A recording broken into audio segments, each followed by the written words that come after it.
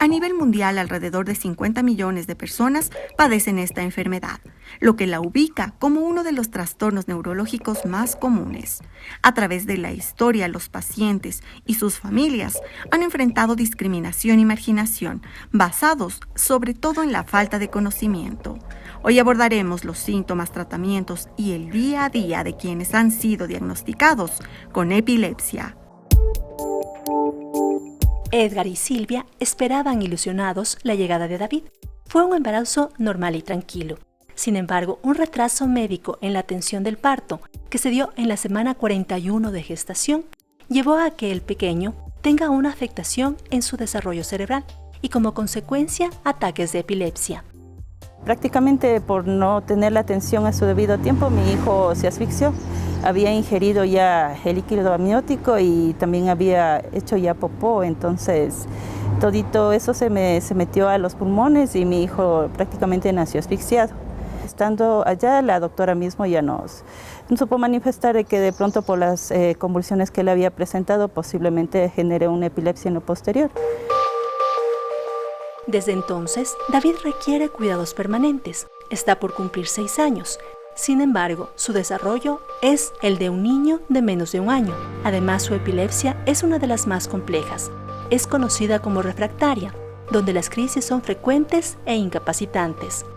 El médico nos dijo que mi hijo, él jamás se iba a poder sentar, que él ya jamás le iba a quitar las convulsiones, que él ya no podrá caminar, él ya no podrá llevar una vida normal. Como padres nos resignemos que en cualquier momento mi hijo iba a perder la vida. De lo que nosotros podíamos observar, él llegó a tener más de 40 convulsiones diarias. Durante siglos, se creyó que los espíritus o demonios poseían a los enfermos de epilepsia y se manifestaban a través de ataques y convulsiones. En realidad, se trata de una enfermedad provocada por un desequilibrio en la actividad eléctrica de las neuronas de alguna zona del cerebro. La epilepsia puede deberse a factores estructurales, genéticos, infecciosos, inmunológicos, metabólicos y ambientales, pero también la causa puede ser desconocida. La epilepsia es un desorden frecuente del sistema nervioso central que se debe a una excesiva descarga de las neuronas y que se muestra con convulsiones, pérdida del conocimiento, manifestaciones afectivas, emotivas y del comportamiento. Especialmente tenemos algunas enfermedades hereditarias que provocan no solamente crisis, sino malformaciones a nivel del cerebro. De otro lado tenemos los traumatismos, las infecciones, problemas de tipo parasitario que van al sistema nervioso y que podrían ocasionar lesiones o tumores que pueden aparecer a lo largo de la vida. O por ejemplo en el parto, un parto traumático o la prematuridad puede generar lesiones, daños en ese cerebro que van a determinar a largo plazo diferentes trastornos neurológicos y en este caso la epilepsia. La epilepsia puede presentarse en cualquier edad y los síntomas de las convulsiones varían según la parte del cerebro afectada. A veces son eventos tan imperceptibles, una pérdida mínima del conocimiento. En otros, dependiendo, por ejemplo, las epilepsias del lóbulo temporal, ocasionan serio sufrimiento, angustia, insatisfacción, desesperación. Y llegamos a las crisis dramáticas, las tónico-clónico generalizadas, en las que súbitamente el paciente cae al suelo. Luego se pone en un estado de rigidez y comienzan las contracciones, que son las convulsiones. Esto puede durar 1 o 2 minutos aproximadamente en algunos casos. En otros se vuelve refractario y prolongado el tiempo. Y finalmente puede seguirse de un sueño reparador. Entonces todas estas manifestaciones causan espanto, no solamente en quienes están alrededor siempre como es la familia, sino en la sociedad. La discriminación y estigma social que rodean a la epilepsia son a menudo más difíciles de vencer que las propias convulsiones. El anterior año hicimos un estudio sobre la calidad de vida del paciente con epilepsia y coincidió el tiempo de pandemia incluso, ¿no? Arrojó datos muy interesantes y muy llamativos. En cuanto que el padre del niño y del adolescente con epilepsia cataloga la calidad de vida del niño o del paciente como mala y en el mejor de los casos regular. Que el padre tiene miedo a que la crisis le pueda dañar al niño por lo impredecible y lo incontrolables que pueden resultar. El padre se siente frustrado y todos estos sentimientos de la persona que mira al paciente con la crisis o al niño, al adolescente con la crisis, provoca estos sentimientos de soledad, de aislamiento, de sentirse solos, incluso una dependencia y una sobreprotección. Hay condiciones que pueden ser más graves que las mismas crisis. Hablamos de las comorbilidades, que pueden causar mucho más sufrimiento al paciente que las mismas crisis. Dificultades de atención, de concentración, del aprendizaje, problemas afectivos. De otro lado, decía que es estigmatizante, muy estigmatizante la epilepsia.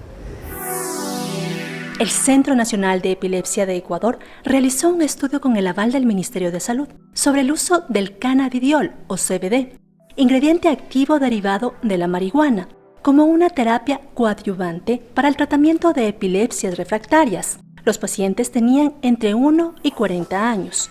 Los resultados fueron sorprendentes. En el 40% hubo una disminución en la frecuencia de las crisis.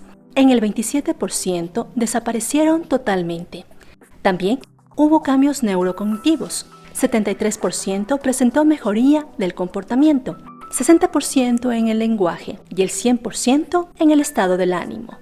Se debe entender que las epilepsias, de 10 pacientes, 7 van a controlar muy bien las crisis con los fármacos. Pero hay un grupo que son los refractarios, los fármacos resistentes, en los cuales este grupo de pacientes necesitan otras opciones terapéuticas. En este caso, tenemos a cannabidiol como un tratamiento añadido al tratamiento de base que tiene el paciente, porque ha demostrado que a largo plazo no solamente ayuda al control de las crisis, disminuyéndolas drásticamente, incluso hay pacientes que han logrado dejar de tener las crisis, u otros han tenido crisis menos severas y han desaparecido las que son más incapacitantes para el paciente, y esto ha mejorado su calidad de vida, capacidad de alerta, la capacidad comunicativa, la capacidad relacional, u otras condiciones como el sueño, la conducta, disminución de niveles de agresividad, etc. En el 2018, la Administración de Alimentos y Medicamentos de los Estados Unidos, FDA, aprobó el tratamiento con cannabidiol en convulsiones severas de epilepsia. Aclara que el CBD no causa intoxicación o sensación de estar drogado, como el componente psicoactivo THC, que también tiene la marihuana. Si bien causa efectos adversos como somnolencia, diarreas y fatiga, para la neurocientífica Gabriela Pesantes, estos síntomas son pasajeros. Lo importante, recalca, es realizar un seguimiento adecuado de cada paciente y, sobre todo, determinar la calidad de cannabidiol a usarse. Es importante entender que cannabidiol no es lo mismo que cannabis. Esta diferenciación es fundamental porque la molécula de cannabidiol cumple un proceso controlado y riguroso para garantizar que esta molécula, este fármaco, cumpla con el objetivo de que es el control de las crisis primordialmente. Si hablamos en generalidad del cannabis, no podemos garantizar que estos otros componentes que puede tener la planta puedan o no ser beneficiosos a futuro en el niño y en el adolescente, y sobre todo que puedan impactar negativamente en el desarrollo y en la maduración cerebral. David formó parte de este estudio. Sus padres están sorprendidos con sus avances, pues lleva 2 años sin convulsiones. Cuando se presentaban las crisis, los neurólogos lo que hacían era aumentar la dosis o aumentar la medicación, pero no lográbamos controlarlo, o sea, seguíamos aumentando dosis y no veíamos mejoría. A raíz de lo que nos presentamos acá y empezó el tratamiento con los doctores, prácticamente fue la última convulsión que tuvo y hasta el momento no hemos sabido más. Mi hijo está superando muchas cosas. Anteriormente, por ejemplo, no podía ni sentarse, él no podía ni sostener duro la cabeza, no podía sostener objetos. Entonces, prácticamente a raíz de lo que empezó el tratamiento con el cannabidiol, le ha ayudado bastante para que su organismo se estabilice y él pueda continuar con terapias. Se estima que el 25% de los casos de epilepsia son prevenibles, pues algunos estarían relacionados con traumatismos craneales. Muchas veces caídas o golpes que suceden especialmente durante la infancia pasan desapercibidos. Cuando Carlos tenía apenas 4 años, vivió una experiencia que lo marcó para siempre. Él le encantaba ir a la escuela, le decía, me voy a la escuelita. Y un día se levantó y dijo, mami, no quiero ir, me siento mal. Me da ganas de vomitar, me duele la barriga. Pero esto fue a los 6 meses de lo que él se cayó. Tenía un morado, verde, azul en la parte izquierda. Licenciada, le digo, ¿por qué está el niño así lastimado, está morado aquí? Y me dijo, señora, estaba jugando en el parque, se cayó del columpio y no pasó nada. Y cuando ya le vio el neurólogo me dijo que se le había fracturado una arteria del lado izquierdo. Entonces cuando se le inflama eso, él comienza a convulsionar. Muchas de las veces se produce una lesión debido al traumatismo o en algunos casos podrían quedar coágulos de sangre que de una u otra manera están afectando las redes neuronales. Estas redes neuronales con el tiempo podrían volverse hiperexcitables y ocasionar convulsiones. Son fuertes, sé cuándo me va a dar, o sea, siento, tengo ganas de náuseas, me alejo de las cosas que son de peligro, por ejemplo, y aviso a alguien que esté a mi lado, que me ayude porque sé que voy a convulsionar. Después de la convulsión me comentan que me muerdo los labios, me lastimo las encías, ellos me detienen para no hacer eso y no lastimarme. Carlos ha llegado a tener decenas de crisis en un día. Eso limitó sus sueños. No me permitieron ser futbolista. A mí me dijeron, ¿sabes qué? No puedes, primero por la medicación. Una, porque el momento que te hagan un examen antidoping vas a dar positivo. Y otra, por un mal golpe puedes terminar, quién sabe, convulsionando o algo pasando en ese momento. Y para piloto, tú sabes que personas así no podemos.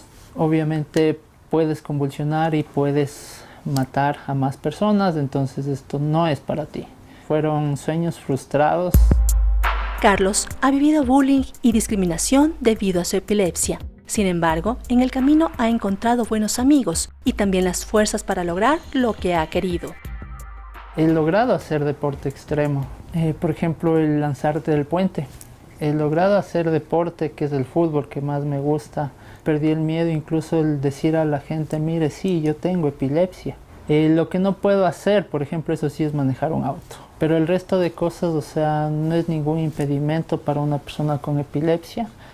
Ninguna epilepsia es igual a la otra, por lo cual es importante descubrir síntomas que son imperceptibles para muchos. Cualquier episodio que sea repetitivo, que tenga características similares cada vez, que sean breves, que no tengan una causa determinada y que se dé espontáneamente y que ha llamado la atención del padre, del maestro o de quien ve la crisis o este episodio, debe ser consultado para tratar de entender si estamos o no frente a una epilepsia. La epilepsia es una enfermedad cerebral no transmisible y crónica. En todo el mundo, unas 50 millones de personas la padecen, lo que la convierte en uno de los trastornos neurológicos más comunes. Además del acompañamiento médico, quienes viven con ella requieren la empatía y el respeto de todos.